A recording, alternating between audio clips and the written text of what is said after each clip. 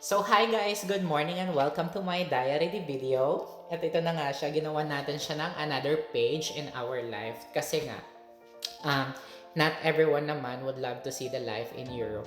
And ako, kaya ako rin siya sinishare kasi ang daming mga bagay-bagay dito na hindi common na ginagawa natin sa sarili nating bansa. And I hope that everyone will um, get an insights, ideas, knowledge, and motivations in life dito sa pagpunta nila.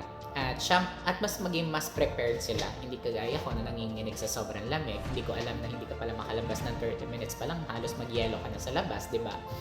Ganun. And syempre, hindi ko rin ito sinashare dahil marami akong pera. Charis. Kaya ako nga siya sinashare kasi mga life hacks siya sa buhay-buhay. This is just, kung nakikita niyo super saya ng life na nakikita ninyo, this is just a tip of the iceberg. Especially dun sa mga kung paano natin na, paano kaya siya nakapunta ron, paano niya kaya nagawa to, paano pagiging, ano kaya yung perang ginawa niya, pinanlalaki niya kaya yung charis. Nanlalaki kaya muna siya bago niya ginawa yung mga ganang bagay. Charis. Amen. So, ayun na nga. And, so, diba? And also, another one is, so, syempre, gumawa rin tayo ng German-made Simple by Me. Ginawa ko siya kasi this is actually for myself para maging reviewer ko siya. Kasi syempre, babalikan ko yung mga lessons ko.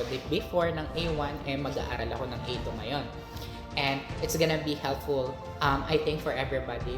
Kaya ako rin siya sinishare. Kasi, I have been a coach before and I think I can find a ways to explain it in the most easiest way as well kung paano rin siya sa akin naturo. Pero syempre, wala pa rin tatalo sa Goethe Institute. Sila yung nagturo sa akin, dyan ako nag-aral, and I hope na doon din kayo mag-aral next time kasi napaka-effective ng mga teachers doon. And wala akong masabi sa lahat ng mga naging teachers ko ron, especially Miss Ortiz. She explained well so much. This is not a propaganda, charis. And this is not an advertisement for Goiten, no? Pero yun nga, na-share ko lang. So, yan yung isang sample natin. Hirap na hirap ako talaga sa part of speech, kaya ginawa ko.